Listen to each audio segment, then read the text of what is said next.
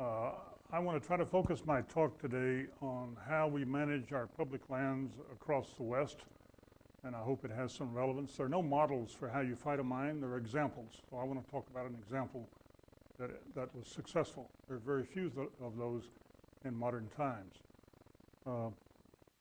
So most of you, I'm sure, know about Yellowstone Park. A third of all the adults in this country will visit Yellowstone at some point in their lives, based on the figures that we have. It's a very spectacular place with lots of neighbors that are unusual. These are 3 cubs with a grizzly mom, and you only see that when you have very good habitat for bears. It takes a lot of food to maintain 3 cubs, and that only occurs in places like Yellowstone. 40 years ago, we only had 200 grizzlies in Greater Yellowstone, the whole region, and most scientists said that they would be extinct within 100 years. They were listed as endangered species. They've come back because humans have modified our behavior in terms of how we interact with these animals. So we now have between 600 and 700 grizzlies in Greater Yellowstone. Great story. So here's a quick map of the region. Yellowstone Park is located primarily in Wyoming. On its corner to the north is Montana, to the west is Idaho. Created in 1872 as the world's first national park.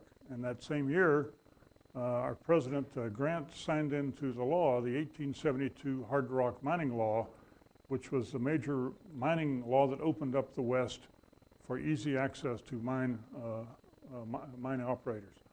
Those ideas of protected land and a land open for mining came into conflict, and that's the story I want to tell.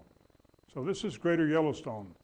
Everything you see on this map we roughly regard as Greater Yellowstone. The red are Yellowstone National Park and Grand Teton. The dark green are National Forest, and most of Yellowstone is surrounded by wilderness. So it doesn't show up on this map. Yellow is largely BLM lands. The brown is in, the Wind River Tribes Reservation. 80% of our region is owned by the public, most of that being federal land. There's a bit of scattered bit of state land, but it's almost all federal land, so all of us control it. And this is what makes it so unique. These black lines are roads. So you have the farming roads here, and especially in eastern Idaho, or where the Mormon families are concentrated. The white space, this is Yellowstone Park. These are wilderness areas outside it. The Sorka Beartooth Wilderness up here, Wind River's down here. So you can see that it's quite distinct how we have allowed people not to go into that region and build roads. It's the most distinguishing characteristic of our region. This is the largest white space in the lower 48 states. And it is therefore the largest, most intact ecosystem in the western U.S., paralleled only by what happens in Alaska. So here is Yellowstone Park. The New World Mining District doesn't show on this map, but it's a 25,000 acre, roughly square area on the northeast corner of the park. It was opened up in the 1860s before the park was created as a major source of mining, mostly gold, some silver, some lead. Over the years, starting in the 1860s and going to about 1956, it was the second most productive mining district in Montana, second only to Butte. Produced mostly gold. So this is the site of the battle. Cook City is located just above that dark line, about 2 miles outside the park boundary. The mine is located directly north of Cook City, if you know that area. Lamar Valley, this is the interior of the park. It's very lush, very beautiful. Classic high benches, rolling plains surrounded by very high rugged mountains. And this, of course, is all the remnants of a very large volcano, which has a tendency to blow up about every 600,000 years. It's 50,000 years overdue, so lots of folks are speculating about what happens next. And we have the great bear, which roams all through this region and is perhaps our best known creature in this region other than the American cowboy. And those two often come into conflict. A teenage bear, having fun. They like to play on the snow and they slide around a lot. And we have wolves. 18 years ago, we introduced 35 wolves into Yellowstone Park and another 30 nearby. They have grown over the last 2 decades to about 1,700 wolves right now in the northern Rockies. They are now being hunted by all 3 states, and we lose about 1/3 of the adult wolves every year, but they breed very fast and their population is roughly stable. It's going to fluctuate up and down based on disease and hunting patterns and things like that, but we think they're now here to stay, in part because they learn fast. You hunt them, they get very wary, and they keep away from people. At the same time, you can go into Yellowstone Park almost any day and see a pack of wolves hunting in the Lamar Valley. Pretty cool. And this is the bison. It's the most poignant wildlife animal, I think, in our history. In the 1860s, there were 35 million of these beasts roaming across the Great Plains up into the Rockies.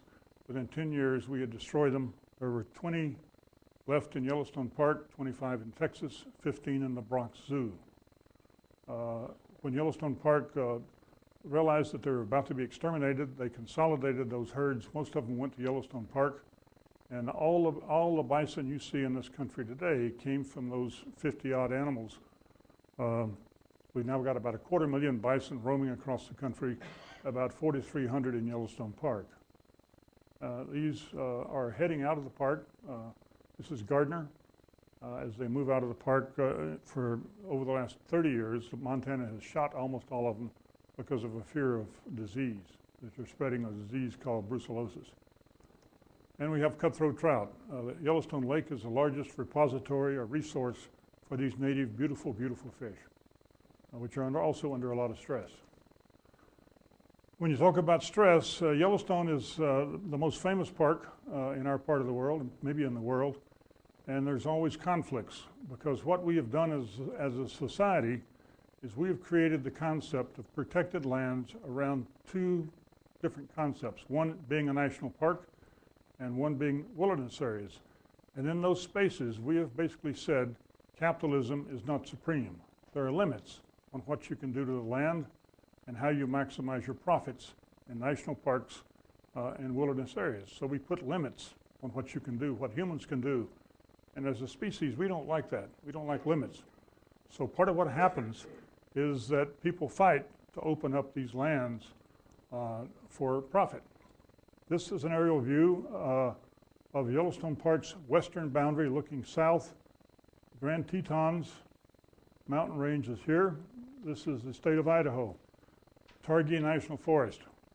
Idaho politicians in the 1950s were afraid the park would expand to the west.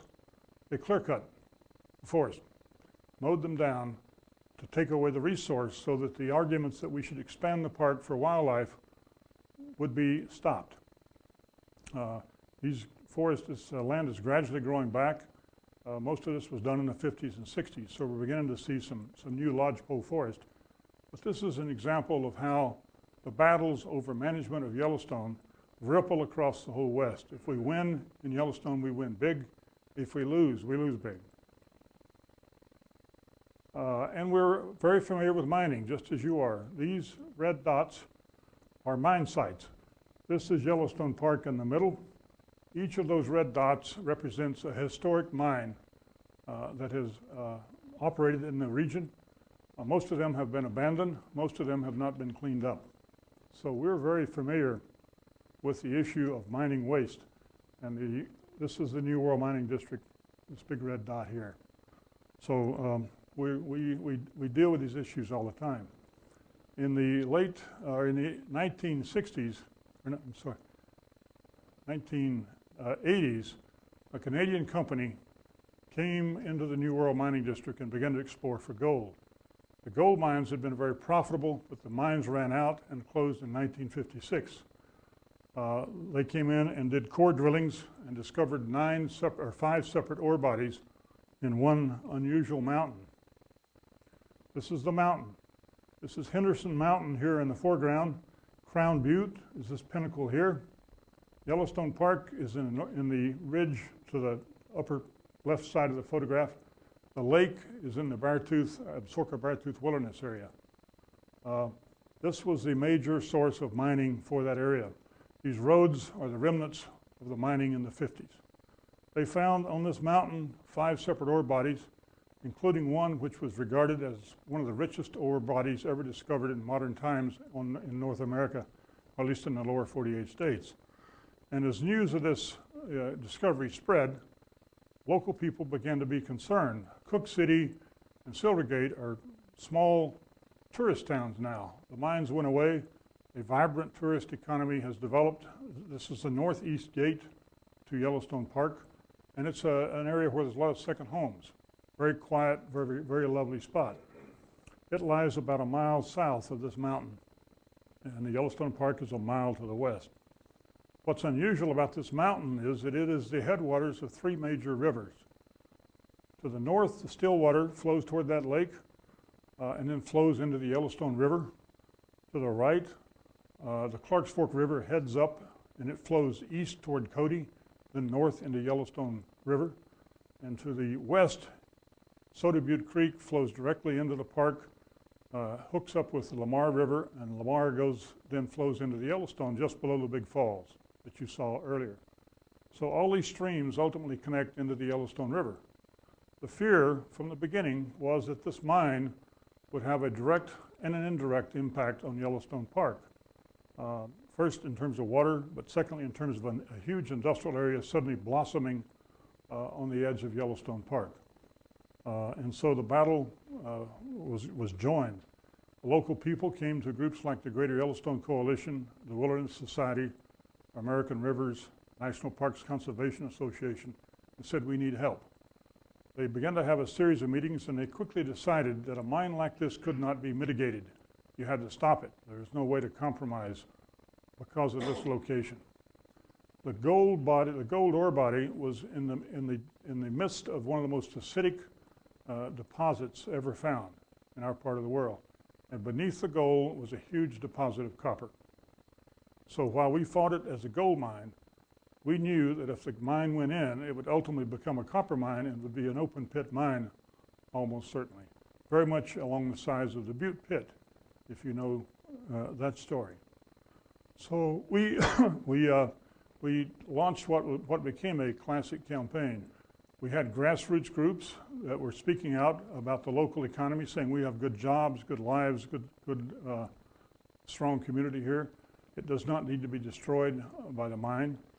We created a technical team of experts who could help us because the company began to file an EIS process and ask for permission from the Forest Service to mine.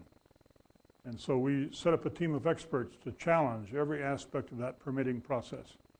Because we knew that under the 1872 mining law, the Forest Service would have no choice but to give a permit, because the mining law says if a company says that a deposit is viable economically, they have the right to mine it and see if it works. And so while the Forest Service calls this a permitting process or a review process, it's not. It's basically an effort to say, okay, here's the situation, now you go ahead and mine. So we wanted to hold them to the highest possible standards for that mine. We set up a legal team, and we used Earth Justice as our main legal group, and they were superb.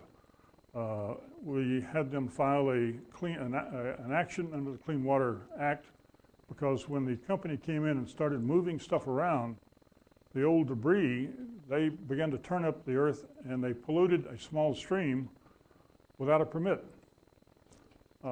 They basically violated the Clean Water Act. We filed suit. Ultimately, the courts held that they had violated the law going back several years, and the violation was such that it amounted to about $75,000 a day in fines. By the time we got through with the battle, the fines had added up to almost more than what the profit of the mine would have been. That turned out to be crucial, but that legal battle brought them to the table. We also set up a media team to try to educate the media about what was happening. And over the 10 years that we fought this battle, there was only one positive newspaper article published. And that was in the Toronto Star business section, which is where Noranda, the company that wanted to do this, is located. They gave a positive article. Every other reporter that came to this site and looked at it said, oh my God, you can't put a mine in here. It's 9,000 feet up. It's a lot of snow. It's very steep, very rugged. It's right on the timberline, and it's hard to get to. So we had good coverage in terms of the media. We also very quietly launched 2 different elements that paid off for us. One was to go to members of the mining industry and say to them, do you really want a mine like this on the edge of Yellowstone? What will happen to the credibility of your mining sector if the mine fails and Yellowstone is destroyed? Do you really want to deal with that? And the other thing we did very quietly was we went to the investors and the bankers who were providing the capital, and we said the same thing to them. Do you really think this is a good investment? Just look at what happens if this thing goes bad. Both of those maneuvers paid off in the long run. This is what it looks like. This is the backside of Henderson Mountain. These roads are the old mining operations. This mound here was at one point, this is a shot of the reclaimed land. This pit here was once a 30-foot wide chamber going down into the earth to the underground mines that provided air for the miners. It's now all been filled in. But you can see we're right at timberline, and it's very, very steep. Snowmobilers use this a lot in the winter to run their snowmobiles and to play in here. They like it very much because it's steep and it's a lot of snow. They do these high line ideas where you try to race to the top of the mountain, kick off an avalanche, and then race to see if you can beat it coming down. It's a Darwin test. And I was once terrorized by myself when a New Yorker reporter called me and asked, we were fighting snowmobiles in Yellowstone Park, trying to ban them. And he called and said, why do you think people do this? And I said, without thinking very clearly ahead, I said, well, it's very simple. These are overweight, middle-aged white men. They come in here and they get on the largest vibrators in the world, and it jellies their brains and they die. I was just having fun. He thought, hey, that's a great quote. I'm going to run that. And I was terrorized for the next month because I thought if he ran that, I was going to catch hell. So you have to be careful because the repercussions to what you say in these things. This is a meadow flowing to the east of the mountain toward the Clarks Fork River. It's the headwaters of the Clarks Fork, and it's a great moose habitat. It's at about 8,000 feet and is probably the largest open drainage in that part of the world. This is a company slide showing what they propose to do. They were going to take the waste from the mine, fill this valley 400 feet high, and run the stream along the right side of it and a road. And they said, this is good because this will protect Yellowstone Park and the Clarks Fork River forever. They were going to line it with a plastic bag, plastic liner. And we used this as the most effective image we ever found to talk about the mine. And we burnished it a bit by saying, do you really think Yellowstone Park can be protected by a baggie? And the combination of the image and the baggie worked wonders for us in regard to what happened. So we had this lawsuit, which we won.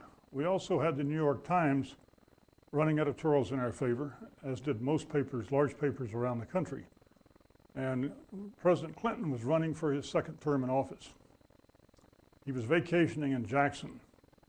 And so we sent one of our staff to Jackson to hang out with the press reporters and to seed to them an idea that they should ask the president about the New World Mine while he was vacationing, because he had a press conference almost every day. Nothing happened for about 3 days, and our staffer began to slip under the doors of each reporter a paper every morning saying, here's some information on the New World Mine. Why don't you ask the president about this? And that ended up working, and he got pinned down, and he got intrigued by what this mine was. We had also been working with his staff during that period of time, educating them about it. And so this suddenly became the hot topic during his vacation. We won the lawsuit. And it was not only a victory in terms of clean water, the courts held that Miranda was liable all the way up through the chain of ownership. They had created a chain of 3 companies to protect themselves from liability. And our lawyers were able to demonstrate that these were shells and showed that the ownership and the control went straight to the top. And so for one of the few times in American history, the courts held that the overall company was responsible for the operations there, so they couldn't shield themselves from the deep pockets. We could have access to all their assets if we needed it, if the mine went in and something happened. Combination of that victory and the fines brought the company to the table, and we began to negotiate with them. And we ended up creating an agreement that if they were to walk away, we would pay them for what monies they had invested in the mine. We would forgive the fines, and we would remove them from liability under the Superfund Act, because when they bought the properties, they were liable for that historic mining pollution you saw. So here we are back at the mountain.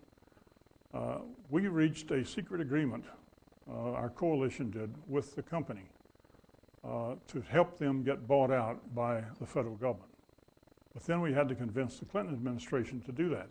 That took 6 months of negotiating with various agencies because something like this had never been done before. And so there was this amazing series of maneuvers. In public, the company was still attempting to get its permit. And we, the conservation groups, were beating the hell out of them every day we could in the papers. So nothing changed on the surface. Behind all of that, the company and ourselves were negotiating with the Clinton administration to find the money to buy out the mine and let them walk away with some grace and some face saving. And we ultimately did that. Vice President Gore chaired a cabinet level meeting that met once a month with the secretaries of the various agencies, EPA, Interior, Agriculture, and that was led by the Council on Environmental Quality staff at the White House. And we ultimately reached a deal, $65 million paid through the Land and Water Conservation Fund's monies. 25 million was set aside to reclaim this mountain. So the company got 40 million, which is what they had spent up to that point to try to open up the mine. They could walk away and say to their investors, we didn't lose money, and we're going to go on and do other things. That's what they wanted. And we thought that's a reasonable compromise. The mine ore today, if it were on the market, would be worth almost $3 billion. That's just gold. So we got a pretty good deal out of this. And when the deal was consummated, the 25,000 acre mining district, which stops right here below the mine, was set aside, permanently removed from mining forever. To the north here is the Absaroka Beartooth Wilderness. So basically it was ringed on 3 sides by either a national park or wilderness area. That's now been fully protected. Any Congress could reverse that. That's the danger of our Congress. But right now we've got the mechanisms in place to protect that land so that Yellowstone is never again going to be threatened with that kind of operation. So sometimes you win victories, sometimes you can celebrate. Okay? Now, this is a picture of how the mountain looks now. You like that smile? This is not photo touched. I went back there 2 years ago to see how the reclamation had been done, and I'll go back every year. It's now the most successful high altitude reclamation site in the lower 48 states. 85% of the pollution coming out of the mountain has been stopped. All the waste piles have been cleaned up. This piece here in the middle is limestone that buffers the acid that comes out. It will never be pristine, but we think the mountain's happy, and we're happy. I hope it can be a lesson for other people. There are some clear lessons involved. One is you have to have a coalition, a broad, diverse coalition of people representing a wide range of interests. The battle ended up engaging thousands of people around the country. At the peak of the battle, it was the most well-known mining battle going on in the U.S. at that time. And we decided early on we could not mitigate, we could not compromise.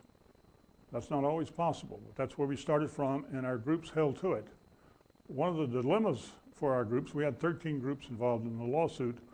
One was a ranching group in eastern Montana that has historically worked on a lot of environmental matters. And the Republican governor of Montana was against what we had done. So he created a maneuver, a poison pill maneuver, to try to break apart the coalition. And what they proposed to do was to have the federal government give Montana 2 billion tons of coal that lay beneath the surface of these ranchers who were working with us. And so that was an attempt to destroy the coalition. The ranchers, to their credit, said no. We're not going to trade one disaster for another. Well, in effect, we ended up doing some of that because, ironically, that 2 billion tons of coal is now being suggested as being marketed for China. Now, all of us are fighting that, but this is one of the things that happens in these kinds of battles. You get to the end, you're not in control. When this rider to give the coal to Montana was stuck on our legislation to approve the deal, President Clinton vetoed it. The Supreme Court overruled him and said you cannot line item veto a measure like that. And so that was reversed. And so the coal has been transferred and is now the focus of another battle. But other than that, we were generally successful.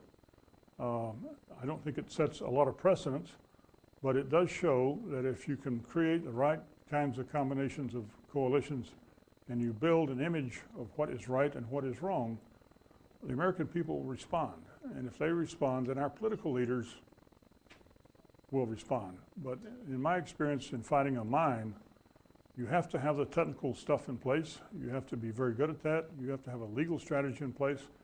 And you have to turn the battle, you have to flip it from a technical issue to a political issue. And you have to convince your political leaders that this is not a good idea. And if you do, then they can intervene, and they will, if they want to help you, they can find a way to stop it. The issue is leadership. Okay, let me stop there. I'm sure I've forgotten a number of things, but let me stop and see what you all want to talk about.